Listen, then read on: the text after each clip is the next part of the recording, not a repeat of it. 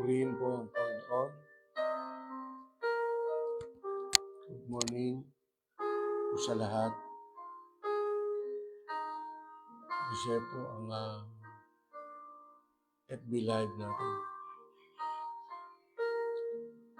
Glory to God, tayo po ay nasa Insight, Preaching the Word of God as it is, isang programa ng Doro Faith Church Pundi na ang layunin po ay una, mabasa ng buo ang Biblia at pangalawa, maisabuhay, maging gabay ang kanyang mga salita sa buong araw nito.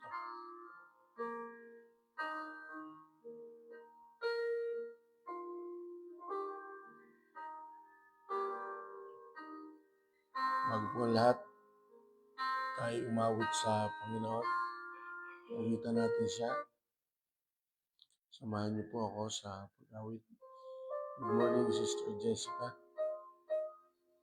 Hallelujah. Dakila ang pangalan ng Panginoon, dapat na sambahin. Good morning, Sister Jasmine.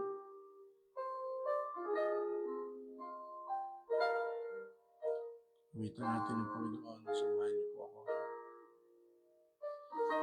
Glory be to you, Lord God. Hallelujah.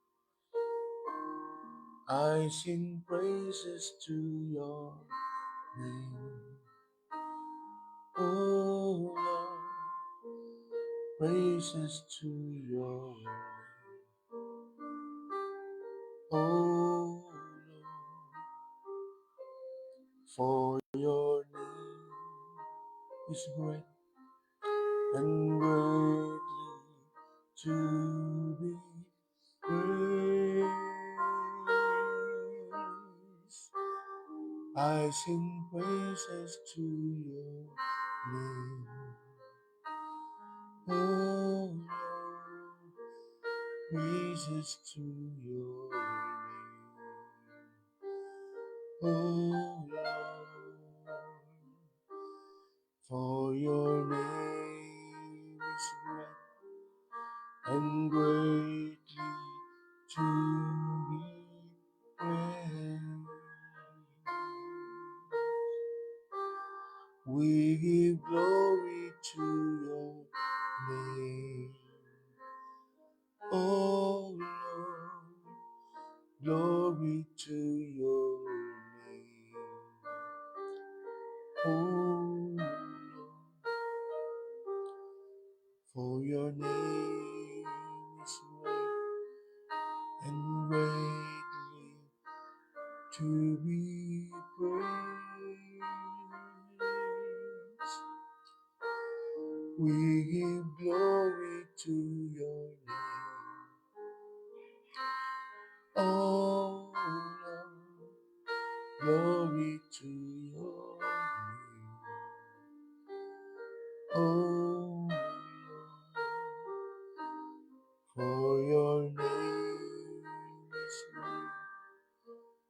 greatly to be praised. Purihin ang Panginoon. Good morning, Sister Imelda. Sama-sama po tayo puri, mawit, mag-aral ng salita ng Panginoon. Tayo po ay manalangin. Good morning, Sister Jade. Ama, purihin ka, dakilang Diyos. Salamat sa iyong kabutihan, sa inyong pagsama, sa inyong mga pagpapala, paggabay sa mga isa. Sa umagang ito, Panginoon, humihingi po kami sa inyo ng pagsamang muli ng Banal na Espiritu. Tulungan niyo po kami na maunawaan ang iyong salita. Mamuksan ang aming mga isip sa katotohanan na dala ng iyong salita, Panginoon. Magabayan kami nito saan man kami naroon. Magamit pa isa pamuhay dahil, Panginoon, ang iyong salita ang nagbibigay sa amin ng buhay at ng kasagutan sa mga bagay na aming kailangang maintindihan. Purihin kayo, pagdumahin niyo ang lahat. Ito po ang aming dalangin sa pangalan ng Panginoong Jesus. Amen.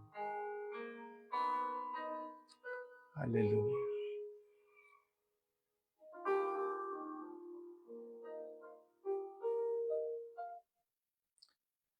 Good morning po sa inyo lahat muli.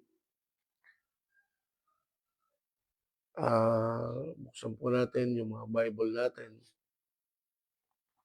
sa Romans chapter 10 mula verse 1 hanggang 21 ang babasahin po natin. Ganito po ang nilalaman. Roma, Kabanata 10, talata 1 hanggang 21. Sabi dito, mga kapatid, ang nais ng aking puso at dalangin sa Diyos ay ang kaligtasan ng aking mga kalahing Hudyo. Ako na rin ang makakapagpatunay na masigasig sila sa kanilang paglilingkod sa Diyos. Kaya nga lang ay hindi ayon sa katotohanan. Ito'y sa dahilang hindi nila alam kung paano itinuturing ng Diyos na matuwid ang isang tao. Nagsisikap silang gumawa ng sariling pamamaraan. Sa halip na sundin nila ang pamamaraan ng Diyos. Pagkat hindi nila alam na si Kristo ang hangganan ng kautusan.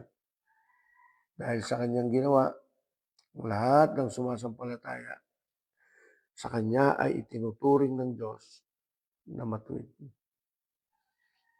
Ganito ang isinulat ni Moises tungkol sa taong itinuturing ng Diyos na matuwid batay sa kautusan. Ang taong sumusunod sa kautusan ay mabubuhay ng ayon sa kautusan. Pero ganito naman ang sinasabi ng kasulatan tungkol sa pagiging matuwid sa pamamagitan ng pananampalataya. Huwag mong sabihin sa iyong sarili, sino ba ang aakyat sa langit para ibaba si Kristo? O di kaya sino ang bababa sa lugar ng mga patay para ibangon si Kristo mula sa mga patay? Sa halip, sinasabi ng kasulatan,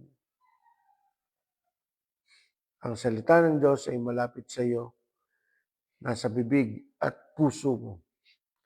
Ito'y walang iba kundi ang pananampalataya na ipinangaral namin.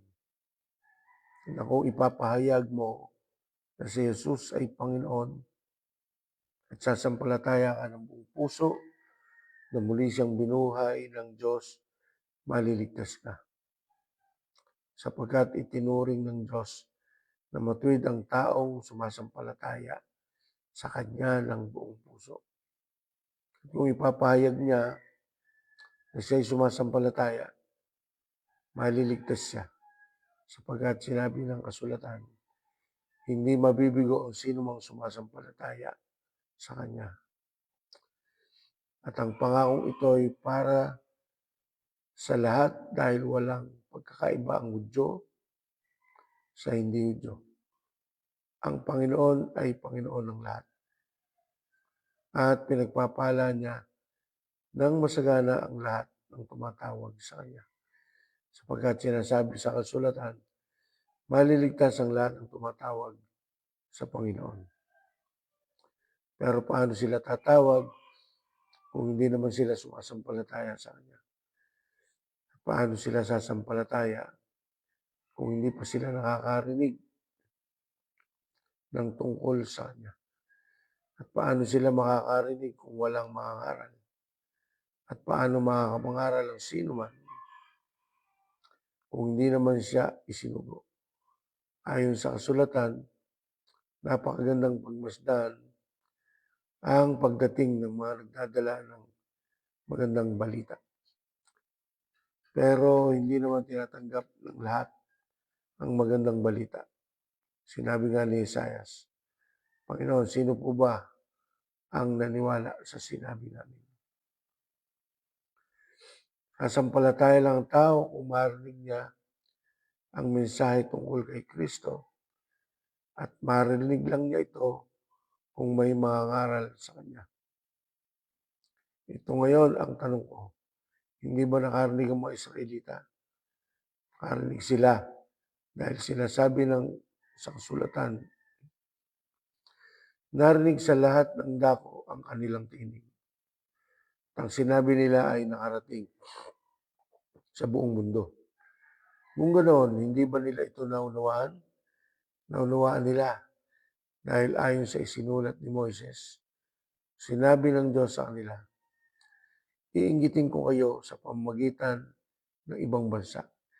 Iinisin ko kayo dahil papakita ko ang aking awa sa taong hindi nakakakilala sa akin.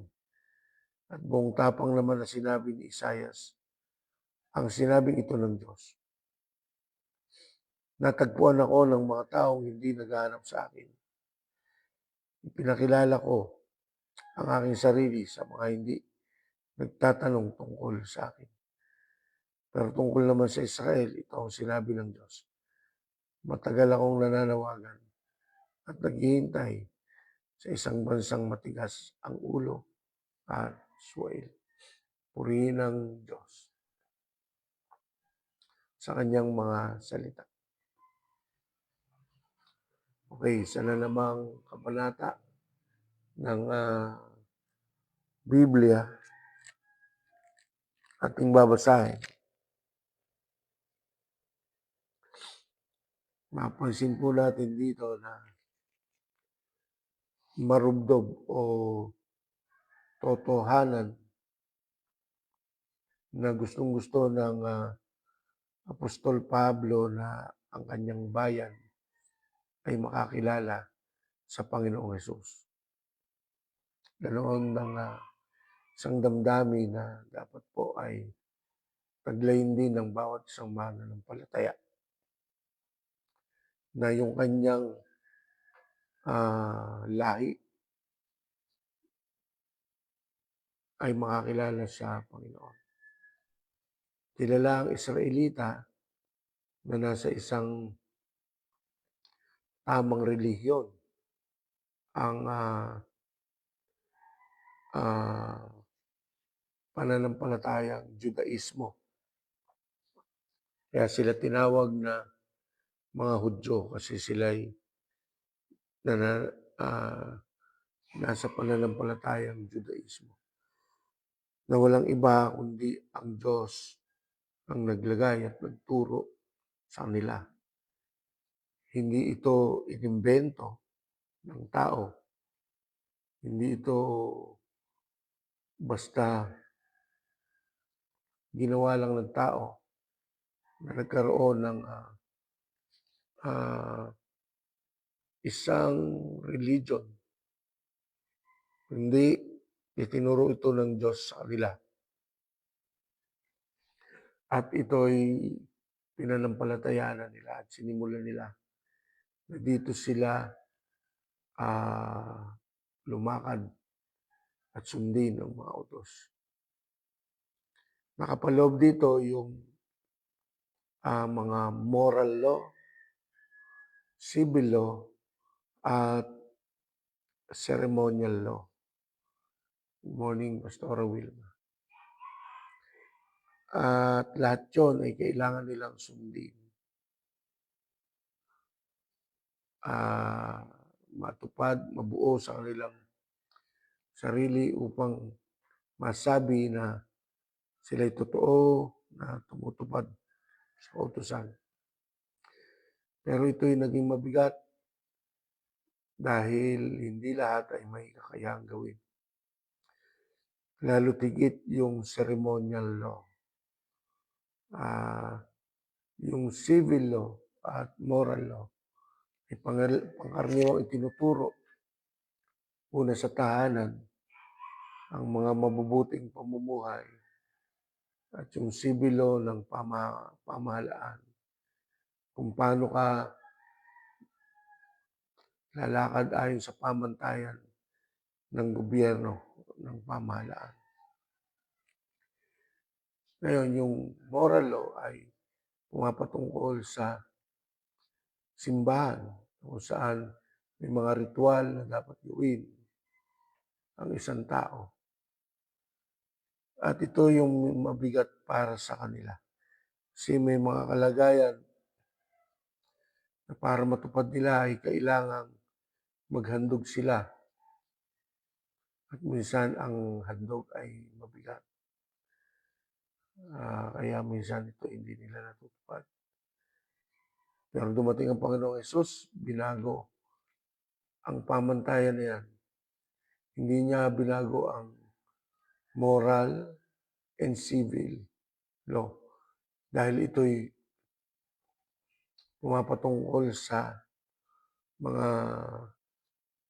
nararapat at dapat na ginagawa ng isang tao sa kanyang kapwa at sa lipunan. Ang tanging binago ng Panginoon ay ang ceremonial law, kung saan ang paghahandog na dati kailangang dumaan sa mga saserdote ay iba na po ngayon. Hindi na mga hayop ang inihandog at hindi na dadaan sa saserdote. Ang ihahandog mo ngayon ay ang iyong sariling buhay. At ang maghahandog ngayon ay walang iba na kundi ikaw na. Sa iyong pamamaraan, ayon sa pamamaraan ng Diyos. Sa iyong sariling gawa, ayon sa pamamaraan ng Diyos. Ihahandog mo ang iyong sarili. Kaya hindi sa ayaw ng mga Israelita sa Diyos, ngunit gaya ng sinabi ng mga natutunan natin, natisod sila kay Jesus Christ. Hindi nila matanggap na si Jesus ang itinakdang Mesyas ng Panginoon. Ngayon may sinabi sa Biblia na sa verse na binabasa natin. May sinabi dito na kailangan nilang makilala ang Kristo. Dahil si Kristo, si Jesus Christ, ang hangganan ng kautusan. Natapos na doon yung panahon ng pagtupad ng ceremonial law. At si Jesus Christ ang katuparan nito dahil inihandog niya ang kanyang buhay para maging handog, hain at kapatawaran ng kasalanan para sa lahat, maging Hudyo, maging mga Grego, at maging tayo ng mga Hentil ay kinakailangang tumanggap at sumampalataya sa Panginoong Hesus. Hindi nila yun nasunod dahil nila matanggap na si Jesus Christ ang Mesya, tagapagligtas. Pagkos, purihin ng Diyos ang mga Hintil ay nakinig at marami ang naligtas. Pero sabi nga, hindi makakarating ang salita ng Diyos kung hindi ipapayag ang Panginoong Hesus. Ang paraan ng pagtawag ay sa pamamagitan ng pagsampalataya na totoo mula sa puso. Sabi sa 10:9 ng Roma, kung ipapahayag ng iyong bibig na si Jesus ay Panginoon at sasampalataya ka mula sa iyong puso na siya'y binuhay ng Diyos mula sa mga patay, maliligtas ka. Sa unang kaparaanan ay kailangan ng paghahayag. Kaya kailangan ipamalita natin sa lahat na kailangan nilang ipahayag si Jesus Christ sa pamamagitan ng bibig na sumasampalataya mula sa mga puso. Kaya mayroon po tayong katungkulan, obligasyon na dapat gawin. Na ihayag natin si Jesus Christ na kailangan nilang tanggapin. Yung mga hindi pa nakakakilala. Dahil sinabi dito, paano sasampalataya yung mga tao kung hindi naman nila alam kung sino yung sasampalatayanan nila. Paano nila ito madidinig, sabi, kung wala namang mangangaral. Lahat po tayo obligadong ipangaral, ibahagi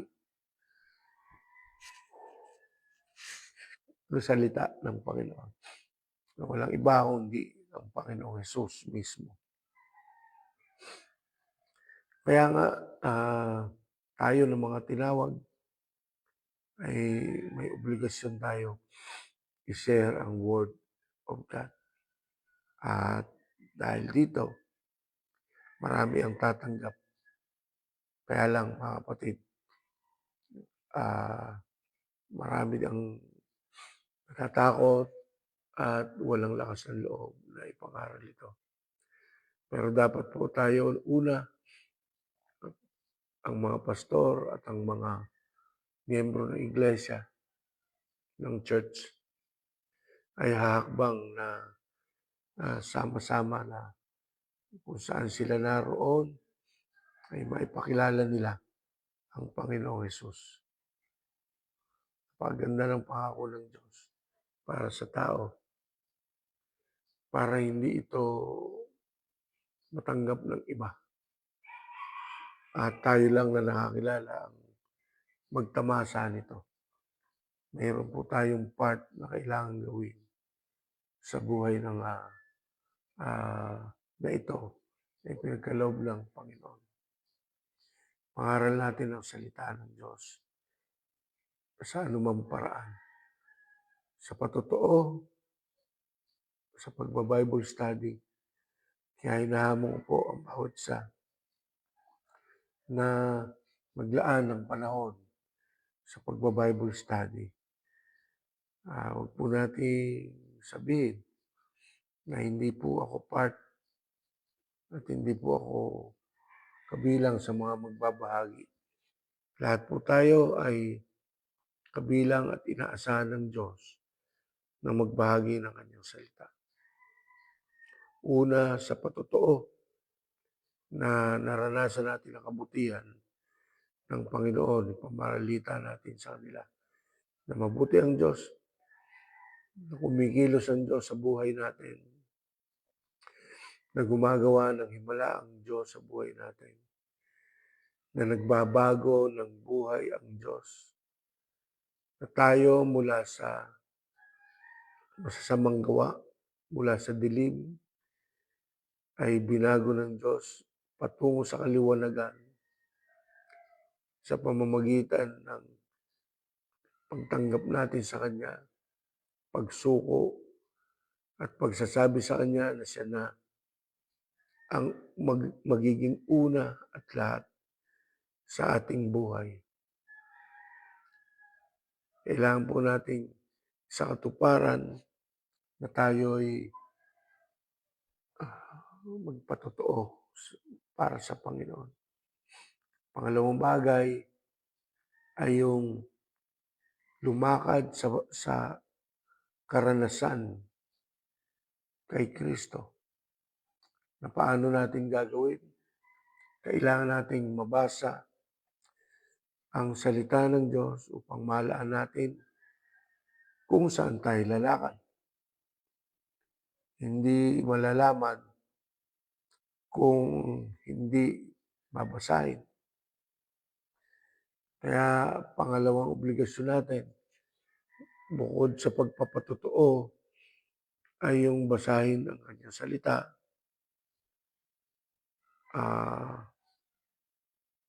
Lakaran ito at ibahagi din ito sa iba. Hindi kailangan gamitin ang salita ng Diyos na para bang isang lucky charm na kagaya ng ginagawa ng iba. Hinihipo-hipo, itinuturo kung ano yung verse na bagay sa kanya. Hindi po dapat ganoon, kundi buo. Kaya nga po ganito yung programa natin. Binabasa natin ang buo. Ayoko pong sanayin ang bawat isa na verse lang. Bagamat tama rin naman. Pero mas magandang buo nating binabasa para makuha natin yung kabuuan na itinuturo ng Diyos. Hindi galing lang sa isang verse na pwede mong mapaikot. Pwede mong iayon ayon sa iyong perspective o pananaw. Pero kung buo nating babasahin, lilitaw yung kung ano yung itinuturo ng mga salita. Merong objective, merong motibo. Makikita natin kung ano yung pinatutungkulan ng buong salita. At hindi yung kung ano yung bagay lang sa atin ang ating tatanggapin. Buo ang salita ng Diyos, may pangako, may pag-comfort, meron din namang pagsaway.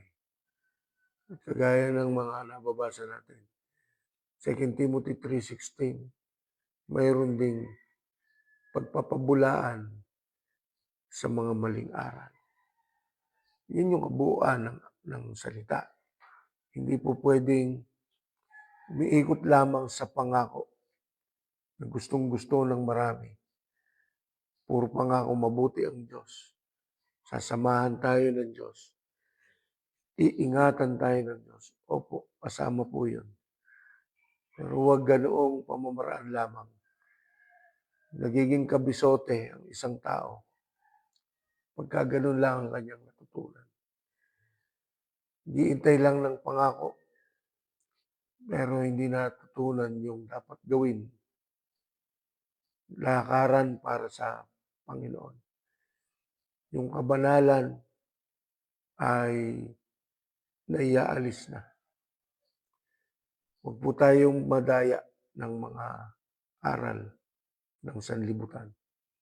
Meron akong narinig, sabi doon, hindi daw naghahanap ang Diyos ng perfection sa isang tao. Kundi, ang hinahanap niya ay yung atensyon ng tao. Sa isang banda, parang masarap pong pakinggan yun. Pero pag inanalyze natin, mali po yun. Dahil perfection ang unang hinahanap ng Diyos. Sabi ng Biblia sa Hebrew, walang papasok sa langit na hindi banal. Perfect. Bagamat dito sa lupa, hindi tayo mape-perfect dito. Pero dito rin tayo itinitrain para makalakad tayo sa perfection. Walang perfect, sabi ng Diyos, wala. Pero kailangan mong lakaran yon. Hindi ibig sabihin na walang perfect ay panghawakan mo na hindi ka perfect.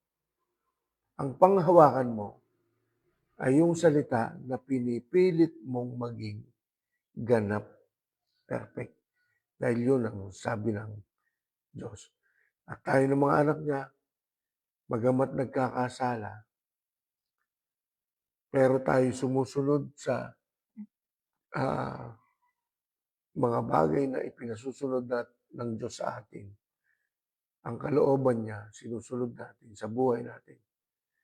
Ang nagiging tingin ng Diyos sa atin ay ganap, perfect. Kaya huwag natin gagawing dahilan na hindi naghahanap ang Diyos ng perfection. Hindi po. Gusto niya maging kagaya niya tayo. Be holy as your God is holy. Kaya nga po, hindi po pwede yung mga ganoon. Umalis po tayo sa katuroang mali na umiiral na puro na lamang sa mabuti ang Diyos sa atin. Kahit di tayo perfect, mahal na mahal tayo ng Panginoon. Nagiging lisensya at huwag pong mangyari nawa. Alam naman natin ang pangako ng Diyos ay nandyan, buo at inilaan para sa atin. Huwag po kayo mag-alala, tatanggapin natin yon. Tatanggapin dahil nakalaan na yon sa atin. Ang dapat natin gawin ay huwag manatili doon sa pangako, kundi lumakad para sa pangako. Lakaran natin anong paglakad, araw-araw na tumutupad sa kalooban ng Panginoon. Sorry to say, maraming taong pilit na ang gusto ay mga bagay na mga bagay na mabuti sa pandinig lang. Pagtutuwid na, pagka-correction na, ayaw na. Huwag po ganun. Imbalance po yun. Wala sa tamang balance. Wala sa equilibrium na tinatawag. Hindi mabuti. Kaya, mga kapatid, share natin ang Word of God na mabuti ang Diyos. Na gumagamot siya, papagaling, nagpapalayas ng demonyo, nagbabago ng buhay, nagtutuwid, no? Pangaral natin yan. Mabuti yun. Nagiginhawa, no? Bibigyan niya tayo ng buhay na kaaya-aya. Tama po yun.